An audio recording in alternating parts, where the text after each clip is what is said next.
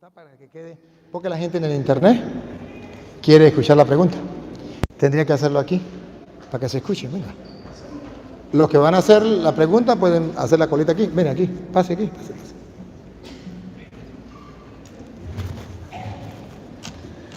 Pueden hacer fila aquí a la derecha, por favor, las personas que tienen preguntas. Buenas noches, padre. Yo pertenezco a esta parroquia, San Antonio María de Claret. Yo tengo una pregunta y es la siguiente. Jesús y María fueron descendencia judía, fueron judíos. En San Lucas 2:21, si no me equivoco, habla de de la circuncisión de Jesús. En el Antiguo Testamento, la manera del bautismo era circuncidándose, ¿verdad?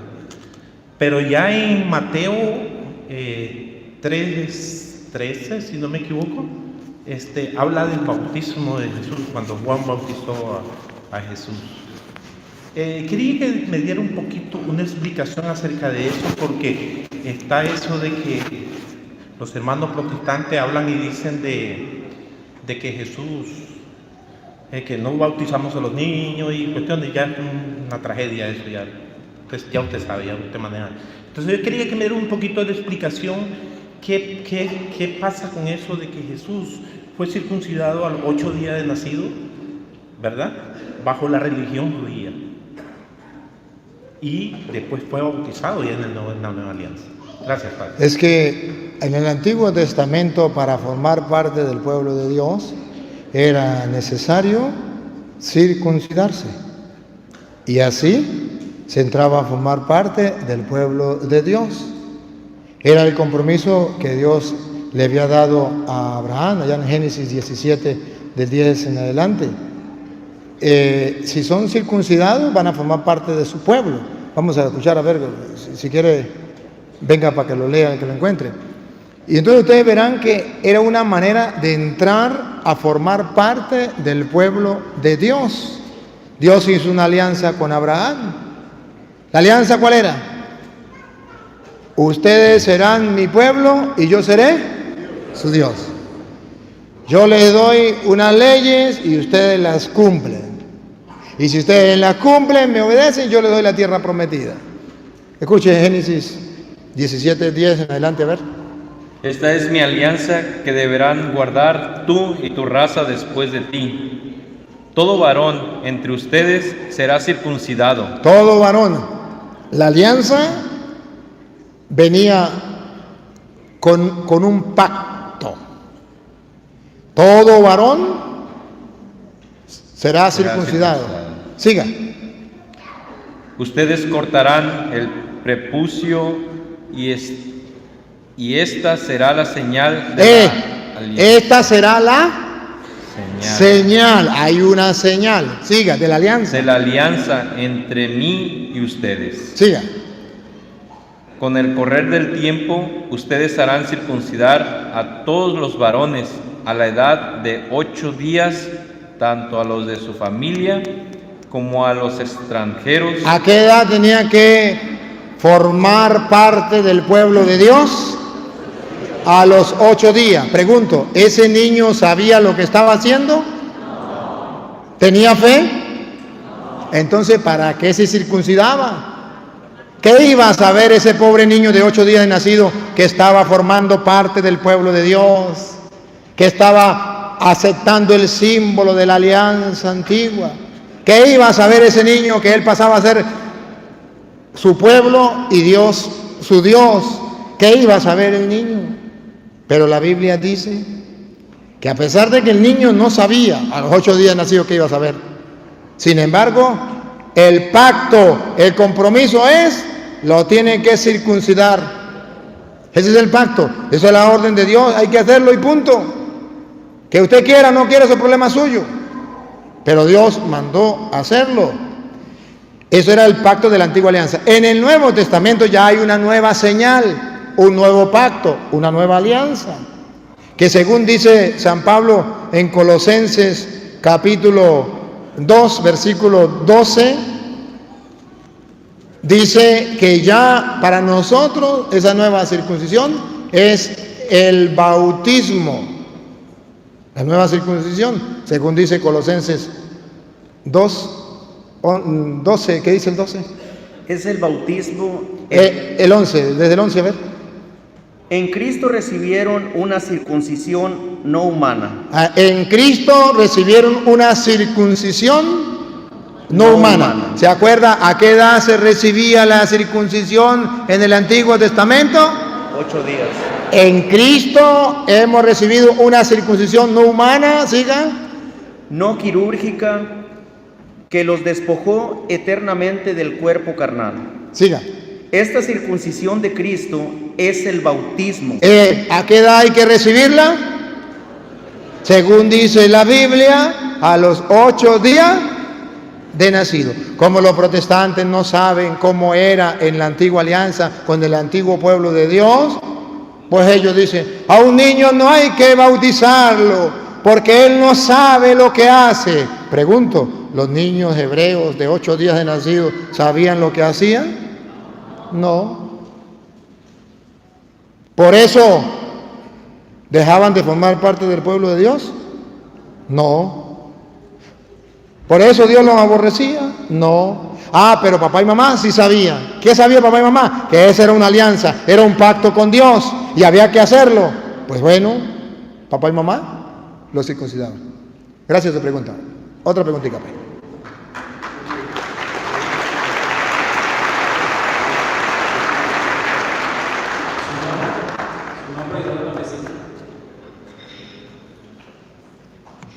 Buenas noches, hermanos. Mi nombre es Juan Napoleón Celedón, soy nicaragüense del departamento de Matagalpa, municipio de Matiguás.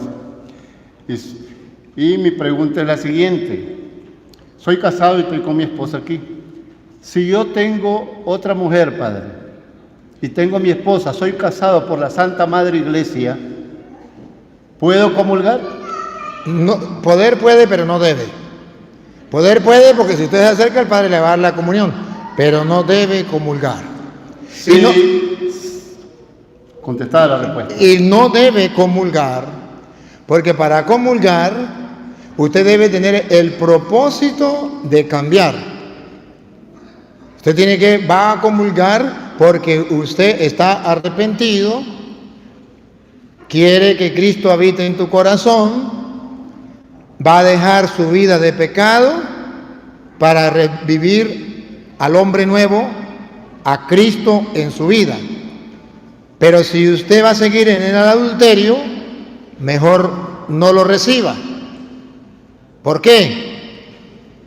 Porque la iglesia le quiere amargar la vida a los que viven en adulterio. No.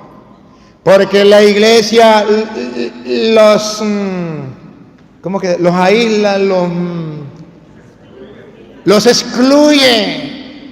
Y le tiene rabia a los que cometen adulterio o a los que viven arrejuntados. No, porque la iglesia es una madre. Y la madre, cuando ve que el niño pequeñito va a meterle el dedo a la vela que está encendida, él va con mucha emoción a meterle el dedo a la vela, la mamá le da por la manito y le dice, no. Y él dice, no. Y él no sabe por qué la mamá le dice que no. Hoy el mundo entero ha de saber por qué nuestra madre, la Madre Iglesia Católica, nos dice que una persona que no está dispuesta a cambiar, está viviendo rejuntado, no está dispuesta a casarse ni a separarse, sigue en el pecado. Búsqueme San Juan capítulo 13, versículo 26. Y lo lee si quiere desde el 25. Entonces ustedes verán que no es por maldad, como los católicos ignorantes piensan, que es porque la iglesia los excluye. No, incluso usted está viviendo en adulterio o en concubinato, usted puede ir a comulgar, usted va a comulgar, el cura le da la comunión. Pero la iglesia dice que no debe comulgar, la iglesia dice que no debe comulgar y usted puede ser desobediente. Y la iglesia le dice, ¿usted es desobediente? Pues bueno, yo le doy la comunión. Yo no voy a pelear por eso. Pero hoy deben saber por qué la iglesia dice no debe comulgar. Pero si usted va, se la da. Escuchen. Juan 13, 25, a ver qué dice el 25, si no el 24. El discípulo se inclinó sobre el pecho de Jesús. ¿Se acuerda que le dijo, uno de ustedes me va a entregar? Y entonces Pedro le hizo a Juan señas. Pregúntele, ¿quién es? Juan se le recuesta al pecho y le dice, ¿quién es? Jesús le contestó, voy a remojar un poco de pan. Voy a mojar un poco de pan. Al que se lo dé. Al que se lo dé, la iglesia no le niega la comunión a nadie. Si usted quiere, pase a comulgar. El cura nunca le va a decir, no se la doy. Está prohibido negarle la comunión. Al que se la dé, ese es. ese es. Pongan cuidado lo que viene. Mojó un poco de pan en la salsa y se lo pasó a Judas. Ahora listo con la cámara, a ver qué pasó cuando comulgó. Cuando Judas tomó el pan, Satanás entró en él. Pácata. Por eso la iglesia dice no debe comulgar. Pero si viene a comulgar, el cura, como Cristo, le da la comunión. Pero no responde de lo que pase. No respondo. Me lavo las manos. Al recibir la comunión, al recibir el pan, entró Satanás. ¿Y cuál era el problema? ¿Por qué entró Satanás? Mire el problema. Dale. Entonces Jesús le dijo, Pongan la lupa. ¿Cuál era el problema? ¿Qué le dijo Jesús? Ahí vemos el problema. Jesús le dijo, lo que vas a hacer, hazlo pronto. ¿se lo traduzco en castellano? Este no tiene ningún arrepentimiento. Este sabe lo que va a hacer. Lo que vas a hacer, hazlo pronto. No hay arrepentimiento, no hay un cambio. Él sabía lo que iba a hacer. El que está viviendo en adulterio sabe lo que va a hacer. ¿Qué va a hacer? Esta noche me voy a acostar con la otra. El que vive en concubinato sabe lo que va a hacer. Me voy. Entonces, ¿para qué comulga? Que es de mejor tranquilo, no comulgue. Pero yo quiero comulgar porque el cura de mi parroquia dijo que podía comulgar, pues vaya y comulgue. Judas comulgó. Pero tras de la comunión entró Satanás. Porque necesitamos tener una conversión. Si no hay una conversión, ¿para qué nos sirve? En castellano, ¿qué está diciendo la Biblia? La Biblia está diciendo en castellano que no basta con que usted reciba la comunión para salvarse. Que es necesario que usted tenga una sincera conversión. Que es necesario que usted examine su vida y diga, ya basta. Si yo voy a la Eucaristía es porque quiero ser cada día mejor. Y voy a hacer un propósito. Y voy a cambiar. Si no, ¿para qué me sirve la comunión? Por eso, ustedes verán que hay gente que le dice, a veces el esposo o el hijo le dice a la mamá, mamá, y usted la pasa en la misa y llega peleando. El marido le dice, se fue, va a la misa y llegó como una tigra, como una fiera, ¿para qué va a misa? Hay razón, ciertamente que sí. Porque si vamos a comulgar, es para que Cristo viva en mí. Ya no vivo yo, es Cristo quien vive en mí. Entonces, cuando yo llegue a la casa, ¿qué es lo que van a ver? A Cristo en mí. Eso es. Pero si yo no soy consciente y no tengo una conversión, cuando yo llegue a la casa, ¿qué va a ver mi esposo, mi esposa o mis hijos? ¿A Cristo? No, al que se comió Judas. No. Otra pregunta, pues. Padre, si mi hijo o mi hija están arrimados o solo juntos y no están casados, ellos, si comen el cuerpo y la sangre de Cristo, sabiendo que es pecado y no se han ido a confesar, porque para uno... Están viviendo rejuntados. Exactamente, está en pecado. Sí, para comulgar tiene que irse a confesar. Dale. ¿Debe hacerlo o no hacerlo? La misma respuesta que le estoy dando ahorita. A ver, ni aquellos que viven en adulterio, ni los que viven arrejuntados. O si usted le tiene odio a una persona, no le habla, tampoco puede comulgar. Tampoco debe comulgar. Si usted es homosexual y tiene una pareja, no está decidido a cambiar, no debe comulgar. Si usted es lesbiana y tiene una pareja y no quiere cambiar, no debe comulgar. Pero yo recibo la comunión, pues recíbela. Jesús se la dio a Judas. Pero debe saber lo que le va a pasar en su vida. Que usted es un asesino y no quiere cambiar. Usted es un ladrón y no quiere cambiar. En castellano, toda aquella persona que tenga un pecado y no haga nada por cambiar, y no haga el esfuerzo por cambiar, no debe comulgar. Ahora, si está luchando, sí. Hago el propósito, además me confesé, o me voy a confesar, voy a cambiar, hago el propósito. ¿Se casa conmigo o nos separamos? Ahí sí puedo comulgar. A lo mejor nos separamos y a lo mejor por allá en el camino de la vida volvió a fallar, pues me vuelvo a levantar. Pero la cuestión es que la persona tenga en la mente lo de Judas. Jesús le dijo, vaya, lo que va a hacer, hazlo pronto. Hola, Padre, buenas noches. Mi nombre es Surizada y Silva. ¿Qué consejo nos da? Porque el día de hoy la enseñanza fue el que come mi carne y bebe mi sangre. Y muchas veces yo he visto que sí hay vino, pero la gente solo come la hostia. Hay muchas veces que por emergencia no se da el vino, pero cuando hay vino, yo veo que solamente toman el pan y se retiran y no. Muy bien, ya entendí su pregunta. Este es el ataque que nos hacen los protestantes. Esa pregunta que usted hace, esa es el ataque que nos hacen los protestantes a diario a nosotros en la calle. ¿Y sabe por qué? Porque antes fueron católicos y nunca estudiaron la doctrina de la Iglesia Católica. Se salieron y entonces dice, el cura come el cuerpo y la sangre de Cristo. Y los laicos se comen el puro cuerpo y la sangre nada. Y dice el católico, oh sí, ciertamente. Entonces una vez una monja me dijo, le dije, el cuerpo de Cristo. Me dijo, no, si no me da la sangre no le recibo nada. A mí me da el cuerpo y la sangre, y si no, no le recibo nada. Yo dije, ¿dónde estudiaría teología esta monjita? Se lo voy a explicar de la forma más sencilla, niña. En la Eucaristía celebramos el misterio pascual de Cristo, que consiste pasión, muerte y resurrección.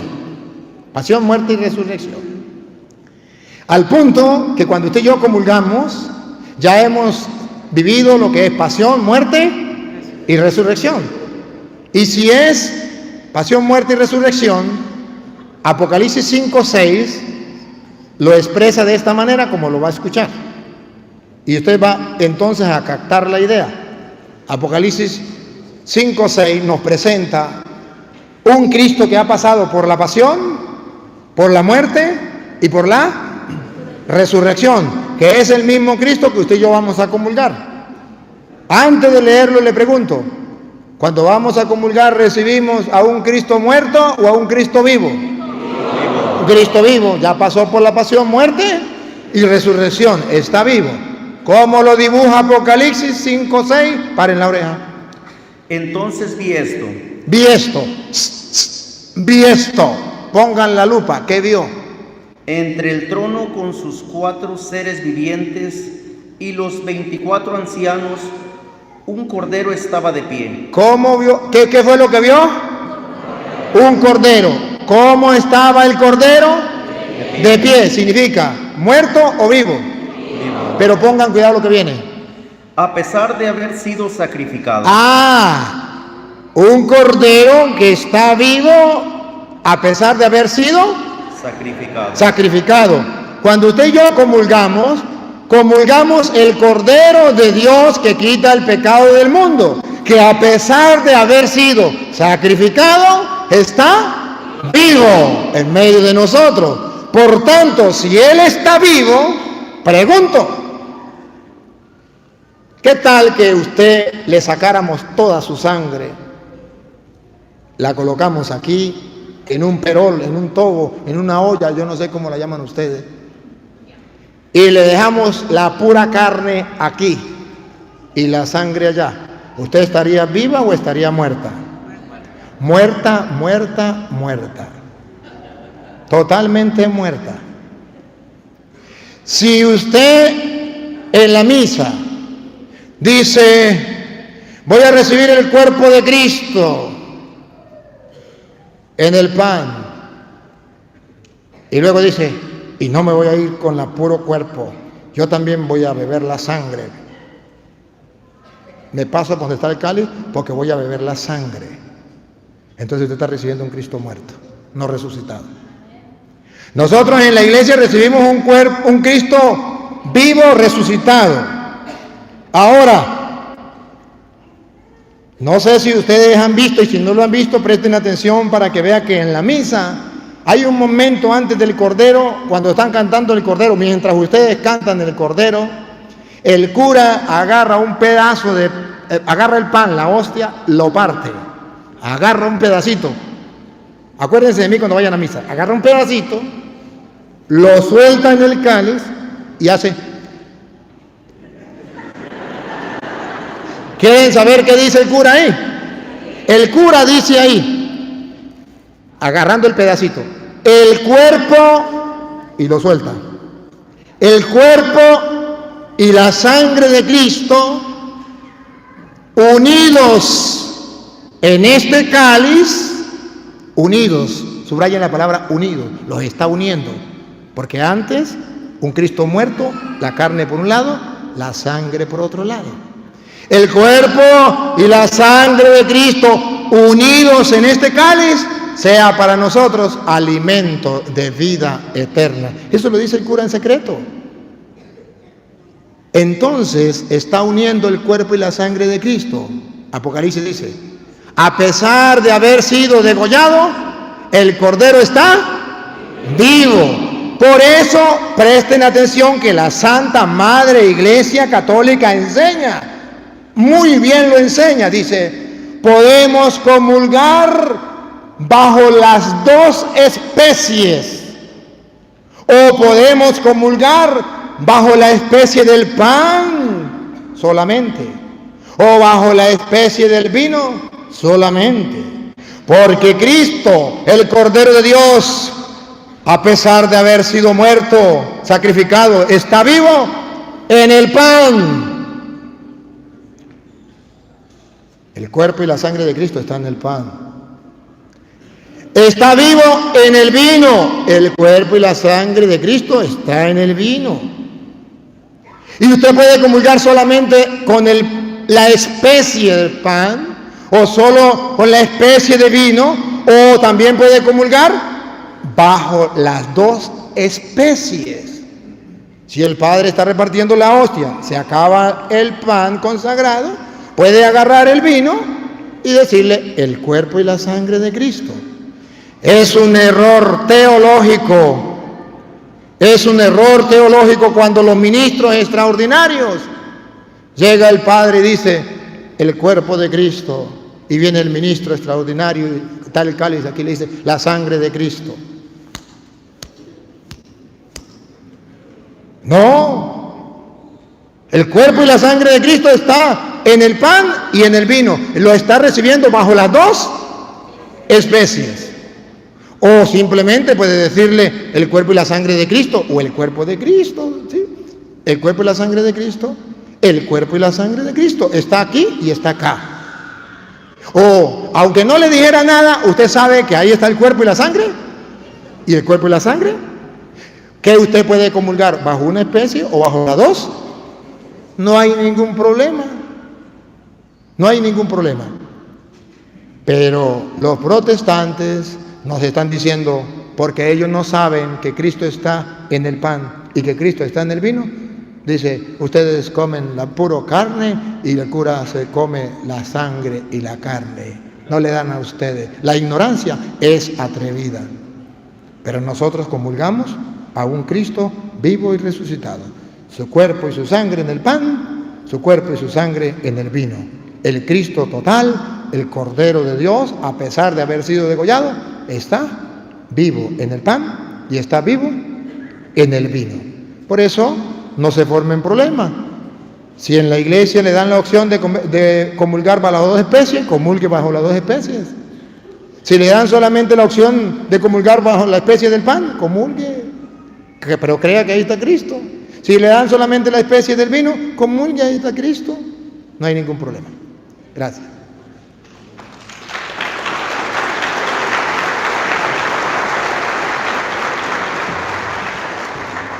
Buenas noches, yo soy Atanasio González López, vengo de Valle de Bravo, Estado de México, por allá pertenezco. Mi pregunta, padre, sería, en conclusiones, surgió de un debate que usted tuvo con un protestante por redes sociales. Yo me pude, nos comunicamos, él agrediendo un poquito a la iglesia y yo salí en defensa, pero tocando un tema, hablábamos del bautismo. Ellos dicen que hay que predicarles y que se tienen que arrepentir y toda esa historia que ya sabemos de ellos, pero yo le comentaba que para nosotros, los católicos, la iniciación cristiana católica, primero teníamos que ser bautizados. Para eso yo me basaba en lo que enseña la iglesia en Mateo capítulo 28, versículo 19, pero él me leyó poquito antes, dice así el texto: vayan pues, hagan que todos los pueblos sean mis discípulos. Y él se agarró de mis discípulos para decir, antes de ser bautizado tiene que ser discípulo. Un bebé no puede ser bautizado. Me gustaría, él incluso nos está escuchando ahorita en vivo, estoy consciente de eso. ¿Y qué le dijo ese que está escuchándonos en vivo? ¿Qué le dijo? ¿Qué significa ser discípulo primero? Mire cómo la doctrina cambia. Los protestantes dicen, Jesús dijo, vayan y hagan que todos los pueblos sean mis discípulos. Entonces primero tienen que hacer discípulos y después tienen que bautizarlo. La Iglesia Católica dice, no, mentiras. Jesús dice, vayan y hagan que todos los pueblos sean mis discípulos. ¿Cómo? Bautizándolos. Y luego enseña. La doctrina es distinta. Vamos a ver quién tiene la verdad. Pongan la lupa. Léanme el texto. Primero voy a ser protestante. Voy a ser protestante primero. Y después hago el papel de católico. Le voy a mostrar las dos doctrinas, las dos. Doctrina protestante. Dale. Vayan pues y hagan que todos los pueblos sean mis discípulos. Bautícenlos. Entonces quede claro, lo primero que hay que hacer antes de bautizarlo es que sea discípulo. Y dicen los protestantes, no lo dice la Biblia no lo dice, lo dicen los protestantes. Y dice, ¿y cómo se hace discípulo? Pues enseñándole y para que crean. Entonces un niño, ¿cómo se le va a enseñar si un niño no tiene uso de razón y no tiene? Pero eso no lo dice la Biblia. Pero se supone, porque si no, ¿cómo va a ser discípulo? ¿Quieren que le tumbe esa mentira a los protestantes? Se la voy a tumbar. Para que ustedes vean que eso es mentiras. Porque si eso, ahí mismo está. Si eso fuera verdad, que se hace discípulo enseñando, vayan y hagan que sean discípulos, enséñenles y después bautícenlo, entonces que un protestante, ese que me está escuchando, me explique lo que viene. Ustedes van a ver lo que viene. Repítalo de nuevo, dale. Vayan pues y hagan que todos los pueblos sean mis discípulos. Ahí se supone que debió enseñarle. Se supone según el evangelio de los protestantes, no según el evangelio de Cristo, sino según el evangelio de los protestantes. Porque el evangelio de Cristo, ustedes van a poner la lupa para ver cuándo hay que enseñar. No cuando se está haciendo discípulo, como dice ahí. No, ustedes van a ver cuándo es que, a dónde mete la enseñanza. Si es después del bautismo o antes del bautismo para hacerlo discípulo. Vamos a ver. Otra vez, repítalo. Vayan pues y hagan que todos los pueblos sean mis discípulos. Siga. Bautícenlos en el nombre del Padre y del Hijo y del Espíritu Santo. ¡Listo con la cámara! Y enséñenles. ¡Pácata! ¿Se dieron cuenta dónde encontramos el enseñar? Repítalo. Y enséñenles. Después de que los bautice, enséñele. Entonces, los protestantes nos están cayendo a mentira cuando nos dice que la enseñanza va incluida, cuando dice, vayan y hagan que todos sean mis discípulos. Si ahí estuviera la enseñanza incluida, entonces no diría, vayan y hagan que todos los pueblos sean mis discípulos, bautícenles y enséñenles. Pero ya no dijo que lo enseñara antes ¿Ahora comprenden por qué la Iglesia Católica dice otra cosa? Repítalo y vamos a ver qué dice la Iglesia Católica. Y enséñenles... No, la Iglesia Católica, otra vez. ¿Desde el principio? Sí. Vayan pues. Vayan pues. Y hagan que todos los pueblos sean mis discípulos. Entonces la Iglesia dice, van a hacer que todos los pueblos sean mis discípulos. ¿Cómo? Bautícenlos en el nombre del Padre. Así comienza a ser discípulos, bautizando en el nombre del Padre. Y del Hijo y del Espíritu Santo. Y después que los bautice, para que sean verdaderos discípulos y bien formados, y enséñenles ahora sí hay que enseñarle a cumplir todo lo que yo les he encomendado a Ahora ustedes. comprende que la doctrina de la Iglesia Católica es bíblica porque está en la Biblia, y la doctrina de los protestantes no es bíblica porque es puro suposición, puro lógica, pero no está en la Biblia. Se lo estoy comprobando con la Biblia. Pero es que nadie puede ser discípulo si no ha sido enseñado. Ya va un momentico, respiren profundo, vamos a la vida normal. A ver, usted lleva al niño a la escuela. Usted lleva al niño a la escuela. A partir de cuando ese niño comienza a ser discípulo o alumno, como usted quiera, de esa escuela, cuando haya terminado todas las enseñanzas, todos los estudios y ya sea doctor, no. ¿Cuándo comienza a ser alumno o discípulo de esa escuela? Cuando su papá y su mamá lo escriben.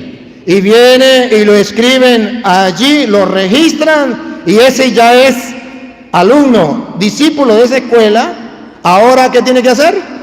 Ir a clase para recibir las enseñanzas. ¿O no? Porque si no, tenía que esperar que fuera doctor para decir hasta ahora es discípulo. Hasta ahora. No, ¿cómo que hasta ahora? Ya es doctor. Es que los protestantes están engañados y engañan. Están engañados y engañan. Cuando nosotros nos hacemos discípulos de Cristo, no es solamente cuando recibimos la enseñanza, también cuando nos bautizamos, nos registramos en el libro de la vida, pasamos a ser cristianos, discípulos de Cristo. Somos cristianos, pertenecemos a Él.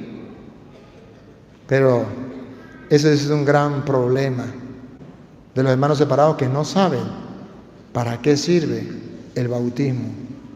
Y nosotros sabemos para qué sirve. Si usted lee, por ejemplo, Gálatas 3:27, Gálatas 3:27, usted verá que el bautismo es una condición para registrarnos como cristianos, para pertenecer a Cristo, ser discípulo de Cristo.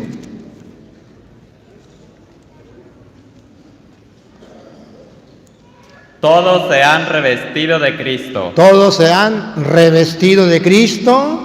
Pues todos fueron entregados a Cristo por el bautismo. Por el bautismo ya nos entregamos a Cristo, ya somos discípulos de Cristo. Entregados a Cristo totalmente. Por el bautismo. Entonces los hermanos separados simplemente la ignorancia es atrevida y dicen cosas que no están en la Biblia, porque ellos no me pueden comprobar, como yo les estoy comprobando, con capítulos y versículos, lo que está en la Biblia. Otra preguntita, pues. Padre, nada más para terminar, si le pudiera decir usted de antemano, él fue un día a misa y tiene una hostia consagrada y se la llevó y la tiene en un libro botada en su casa. Si quisiera darle un consejo a ese muchacho que lo está escuchando, se lo agradecería, Padre. Gracias. ¿Escucharon? ¿Escucharon? Tiene una hostia consagrada en su casa y la tiene guardada en un libro y juega con ella. Yo respeto a las personas que reciben la comunión en la mano,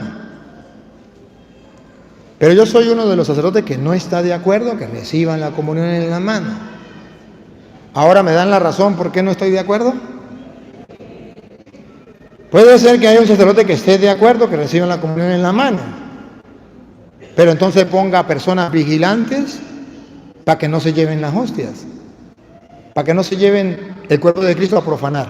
Debe saber que hay pecados reservados al Papa. Yo soy misionero de la misericordia, el Papa nombró muchos misioneros de la misericordia en el mundo, yo soy uno de esos, y nos mandó donde Él quería ir, y nos dio la potestad de perdonar los pecados reservados a los obispos y los pecados reservados al Papa. Hay pecados reservados al Papa que no le puede dar la absolución, no debe dar la absolución el sacerdote ni el obispo. Ese pecado que ha cometido este hermano de estar burlándose con la hostia, ningún sacerdote puede darle la absolución y ningún obispo le puede dar la absolución. Ese es un pecado reservado al Papa.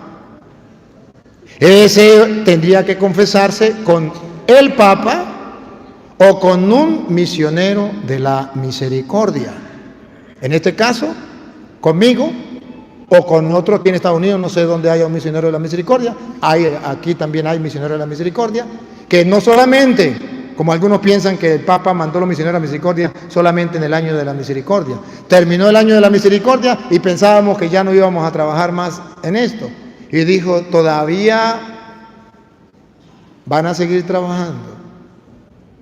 El año, ahorita este año fuimos y dijo, todavía no he pensado quitarles el trabajo, sigan trabajando.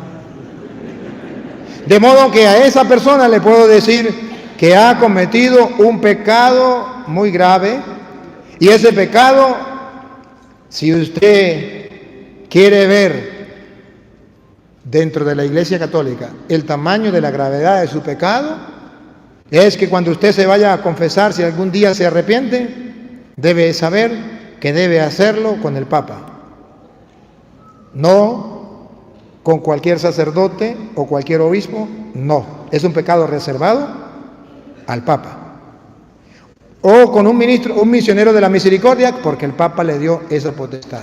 Ahora, si es en el momento en peligro de muerte, sí se puede confesar con cualquier sacerdote o con cualquier obispo. Ahí sí no hay ningún problema. Pero si es en peligro de muerte, cualquier sacerdote le puede dar la absolución. El Papa se ha reservado ese pecado. O, por ejemplo, si viene otra persona y se hace pasar por sacerdote y dice que celebra misa o que confiesa y se sienta a confesar y no es sacerdote, eso es otro pecado reservado al Papa. Pecado grave. Y yo le diría que se arrepienta de ese pecado. Para usted puede ser un juego, pero yo le estoy, como sacerdote del Dios Altísimo, diciendo que eso es grave y que todo católico debe estar atento, porque son muchos los que están profanando la hostia. Y ojo, escúchenme, ministros extraordinarios de la Eucaristía, esta piedra va para ustedes. Pero hay ministros extraordinarios de la Eucaristía culpables de que se esté faltando el respeto a Cristo. Y como misionero de la misericordia, voy a decir el pecado, pero no al pecador. Hay muchos ministros extraordinarios que se están llevando la hostia para su casa y están haciendo lo mismo que él. Lo único que a lo mejor no la profanan, podría ser, quién sabe. Y hay muchos ministros extraordinarios que le dice a la señora de la casa, ay, a mí me da pereza venir mañana a traerle la comunión al enfermo. Ahí le dejo eso, mañana usted se la da. ¿Quién le dio esa enseñanza tan teológica? ¿Cómo Satanás se está burlando? Y en algunos casos que he tenido que atender como misionero de la misericordia, saber que ministros extraordinarios han llegado a venderle la hostia consagrada a los brujos para hacer barbaridades con ella por unos dólares. Ministros extraordinarios Deben tener el respeto hacia el Señor, y si no, sálgase de ahí. Si no sabe lo que tiene en las manos, sálgase de ahí. Es algo muy delicado. Si la iglesia te da ese encargo, esa misión, ándale, cúmplala, pero como debe ser. Y aprende a cuidar. El ministro extraordinario no es solamente para repartir la comunión, sino también para estar pendiente qué hace la gente con la comunión y para que se respete. En conclusión, estás en un pecado mortal. Estás faltándole el respeto a Jesucristo en el pan consagrado. Y es un pecado grave. El día en que se vaya a confesar, debe hacerlo con un misionero de la misericordia. Y si puede hacerlo lo más antes posible, mejor. Y si no, se la arreglará con Dios el día en que se muera. Otra preguntita.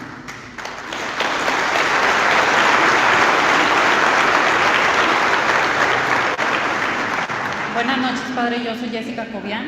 Tengo 5 años de ser católica, pero todavía tengo secuelas de protestante. Acérquese más el micrófono. Tengo dudas de el don de lenguas, porque yo vengo de la Pentecostal Unida, donde si no hablas en lenguas no tienes el Espíritu Santo. Entonces, yo les decía, o sea, yo los atacaba con el que si nadie hay que interpretarle el don de lenguas, pues mejor cállense, porque eso dice la Biblia. Pero resulta que hoy voy a un grupo de oración y también hablan en lenguas y no hay quien interprete. Entonces ya quedé yo así como, bueno, a lo mejor estoy mal. Y pues sí, también otra cosa, en internet sale un padre que se llama el Padre Darío y dice, si tienes el don de lenguas, úsalo. Como que sí, o sea, a mí se me hizo como que si tienes ese don, ¿lo puedes usar cuando tú quieras? ¿O cómo es ese don de lenguas? Si yo le digo, la gente no me va a creer. Mejor que lo diga la Biblia. Primera de Corintios capítulo 14, versículo 1 en adelante. Primera de Corintios capítulo 14, versículo 1 en adelante. Usted verá lo que dice la Biblia y lo que ella diga, listo. Ni para allá ni para acá. Lo que diga la Biblia. Pero antes, mientras que lo encuentra, debo recordarle que el don de lenguas es todo lo contrario a lo que pasó en la Torre de Babel. Que todos hablaban un mismo idioma y quisieron edificar hasta alcanzar el cielo y Dios les confundió las lenguas. Cuando viene el Espíritu Santo, todos hablan idiomas distintos y Dios manda al Espíritu Santo, ellos hablan un idioma y todo el mundo les entiende, los vuelve a unir. Eso están Hechos 2. Pero luego San Pablo habla del don de lengua ese, que a veces puede expresar gemidos que no pueden ser explicados, sino con la inspiración divina. Primera de Corintios capítulo 14, versículo 1 en adelante. Busquen el amor y aspiren a los dones espirituales, especialmente al don de profecía. No dice especialmente el don de lengua. Partamos de allí. Los protestantes piensan que la Biblia dice que el más importante es el don de lenguas. Los carismáticos piensan, no todos, pero algunos, que el don más importante es el don de lenguas. Repítalo. Busquen el amor y aspiren a los dones espirituales, especialmente al don de profecía. No dice el don de lenguas. El especial es el don de profecía.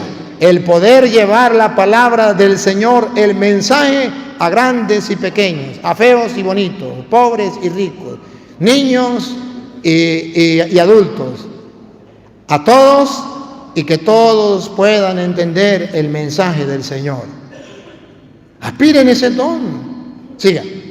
El que habla en lenguas. El que habla en lengua, entonces sí existe el don de lenguas. Sí existe. Pero Pablo dice, a pesar de que yo sé que existe, ese no es el primero. Ese no es el más importante. Y si no es el más importante, ¿por qué los protestantes lo ponen de primero? Y Pablo sabe que existe el don de lengua, pero no lo pone de primero. No dice, esto es lo más importante. No, dice, por encima del don de lengua está la profecía, el don de profecía. El saber predicar la palabra de Dios en el idioma de que la gente le escuche y le entienda. Y de la manera más sencilla que la gente lo escuche y lo entienda. Siga. El que habla en lenguas habla a Dios, pero no a los hombres, pues nadie le entiende cuando habla en espíritu y dice cosas misteriosas. Nadie le entiende. Son tan misteriosas que nadie le entiende. Siga. El que profetiza, en cambio, Esto es lo hermoso. da a los demás firmeza, Da firmeza, aliento aliento y consuelo. y consuelo. ¿No es eso lo que estamos recibiendo hoy? Siga. El que habla en lenguas se fortalece a sí mismo. Ahí está. Observen que el don de lengua es sobre todo para el egoísta que busca para él solo, para lucirse. Yo soy más grande que el Papa y más papista que el Papa, porque el Papa no lo he visto hablando en lengua. Yo sí, saramamay, saramamay, saramamay, saramamay, saramamay. Yo sí hablo en don de lengua. Dice la Biblia que eso lo hace el egoísta para sí mismo. Él busca su propio interés. Hay dos maneras o tres maneras del don de lengua entre los protestantes y los carismáticos. Uno, el don de lengua que es solo para presumir, que no tiene el don de lengua, pero para presumir dice palabras que la gente no le entienda, ni él sabe lo que dice. Y entonces se siente más grande que el otro. Eso es el ego. Segundo, el que sí tiene el don de lengua, sí lo tiene. Primero, el que no lo tiene, pero presume de tenerlo. Que eso existe, y eso es la mayoría. Que dicen tener el don de lengua, pero no lo tiene, pura mentira. Son aquellos que dicen, dijo uno de la Renovación Carismática en Venezuela, le dijo a una muchachita, venga y le enseño el don de lengua. La niña le dijo, ¿cómo así? Dijo, venga, con la lengua mía yo le voy a enseñar a mover la lengua suya. ¿A ustedes les da risa? Pero yo fui testigo de eso. Y le estaba enseñando cómo tenía que hablar en lenguas. Eso no es don de lengua. Eso es fingir, aparentar de que tiene el don de lengua. ¿Para qué? Para creerse superior a los demás, porque los protestantes le metieron en la cabeza que el más grande era el que tuviera el don de lengua, porque tenía el Espíritu Santo agarrado por un ala. El segundo, ese que tiene el don de lenguas, sí lo tiene, no finge, no es mentira, sí lo tiene. Pero no lo usa para darle gloria a Dios, sino lo usa para darse la gloria a él mismo. Entonces, cuando está en la asamblea, él es lo maximito, porque él habla en don de lenguas. Entonces, el obispo le tiene que hacer caso a él, el cura también, porque el obispo no habla en lengua y él sí. Si Dios le ha regalado el don de lengua, no es para que presuma de él, no es para que se crea superior a los demás, no. Es para que crezca usted espiritualmente, y si tiene algún mensaje que Dios quiera darle a la comunidad, habiendo alguien que lo interprete, lo use. Y el tercero es el que tiene el don de lenguas y lo usa no para su ego, sino para darle la gloria a Dios. Y esos son contados. Son muy pocos. A esos los felicito. A los otros les tiro piedra. Sí, a los otros no los quiero dentro de la iglesia. No. Y a ellos les tiro piedra. ¿Me captaron la idea, verdad? No es que digan ahora, el cura Toro estaba diciendo que no existía el don de lenguas. Quedó grabado para que no digan que yo dije otra cosa, ¿verdad? Sigue. ¿Qué pasó? El que habla en lengua se fortalece a sí mismo, mientras que el profeta edifica a la iglesia. El profeta edifica la iglesia. Eso es mejor. Yo nunca he hablado en lenguas y no le pido a Dios hablar en lenguas. De verdad que no. Si viene ese don, lo recibo. Nunca. Pero ¿sabe qué sí le pido a Dios? Que me entienda todo aquel a quien yo le predique. Eso sí le pido a Dios.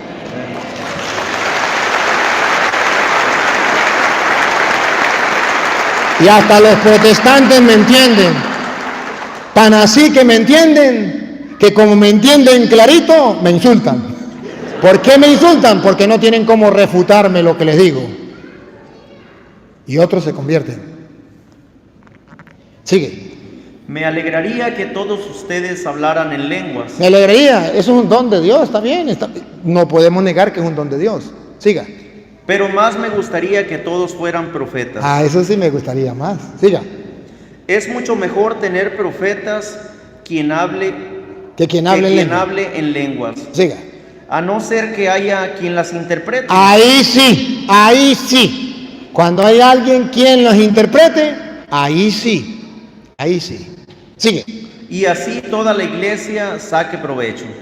En castellano, usted lo puede leer en la casa porque no hay más tiempo.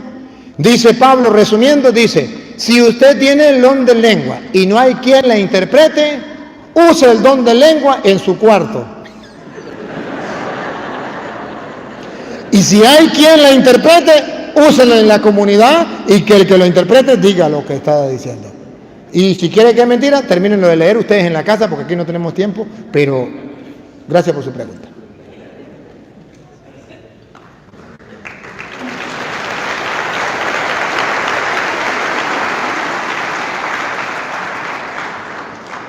Buenas noches, padre. Es un gusto verlo por acá. Mi pregunta es, ¿cómo se le podría informar a los hermanos cristianos católicos Acerque más el micrófono. que tengan cuidado con las iglesias que ya no son católicas, que se dicen ser católicas, porque hoy sacerdotes excomulgados están fundando sus propias iglesias y confunden a la gente con... Ya le digo, de alguna vez le respondo. Hay muchos que están viviendo en secta y ya incluso toman el nombre de la iglesia católica y se ponen los ornamentos de la iglesia católica. Fácil. ¿Cómo se detecta a un falso cura? ¿Cómo se detecta a una falsa iglesia? Hay un momento donde dice, a ver si me acuerdo cómo que dice en la misa, de tu servidor, el Papa Francisco, de nuestro obispo, ¿cómo llama el obispo de aquí? ¿Cómo? José Vázquez. Bueno, no sé, cómo se llame. Por ejemplo, yo cuando estoy en la misa ya en Venezuela, yo digo, mi obispo Mario Moronta, yo digo, por tu servidor, acuérdate de toda la iglesia, de tu servidor, el Papa Francisco, de nuestro obispo Mario Moronta. Cuando usted no escuche eso, diga usted, ese no es católico. Porque todo sacerdote de la iglesia católica verdadero ha de decir, de tu servidor el Papa Francisco. Y usted ha de saber cómo se llama su obispo, ¿verdad que sí? Y usted tiene que escuchar el obispo suyo.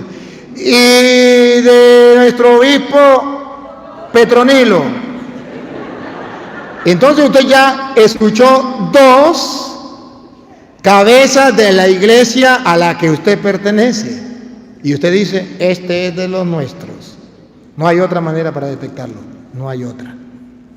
Si usted no tiene pendiente eso, usted puede creer que ellos son de la iglesia católica. Porque tratan de hacer todo una obra de teatro como si fuera la iglesia católica. Pero ahí los podemos descubrir. Esa es la única manera. Y no debemos estar dejándonos llevar por ellos. ¿A qué? ¿Se parece? ¿Hacen lo mismo? Sí, se parece. La sal se parece al azúcar, pero no es lo mismo.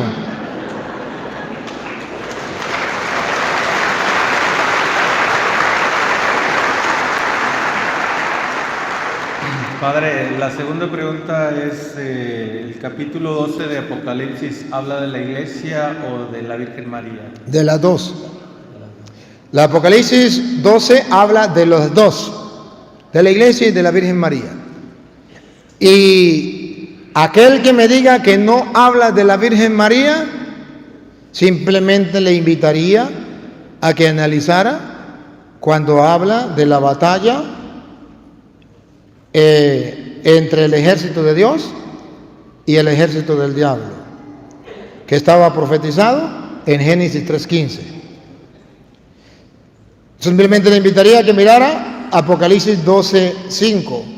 Y la mujer dio a luz un hijo varón, el que ha de regir a todas las naciones con vara de hierro, y fue llevado al trono de Dios, la Virgen.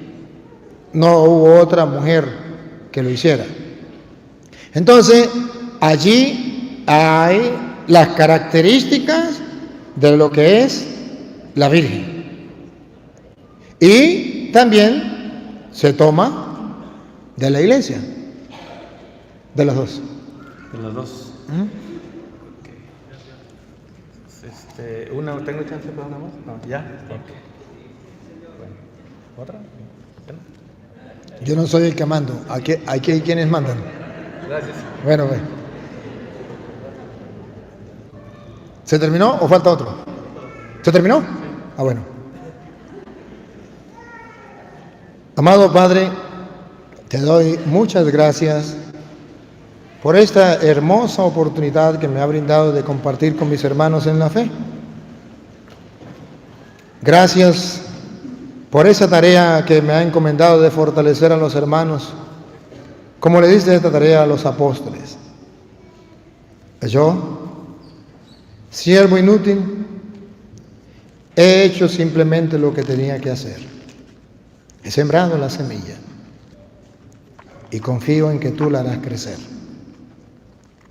Y la harás crecer en los hermanos que estuvieron aquí presentes y los que nos siguen a través de las redes sociales, católicos y no católicos, a quienes deseo e imploro de ti tu bendición abundante, en el nombre del Padre, y del Hijo, y del Espíritu Santo. Amén. Muchas gracias. Gracias, Padre. Bueno, puede sentarse un minuto para terminar. Mientras salimos, queremos darle gracias al Padre Luis Toro por esta noche maravillosa. Y la mejor forma que creo que podemos hacerlo esta noche es darle un aplauso por la vida del Padre. Gracias, Padre. Gracias una vez más por tremendo testimonio. Gracias, Padre. Nos impulsa muchos. También queremos darle gracias a nuestro párroco de esta comunidad, que es al Padre Miguel Duarte, que ha permitido para que esta noche podamos tener esta maravillosa noche. Gracias, Padre. Gracias, Padre Miguel. Gracias a todos. Y démosle gracias a nuestro Señor Jesucristo, a nuestro Señor Eucaristía y a nuestra Madre María Santísima, que es para ellos todo el honor y la gloria por siempre. Amén. Gracias.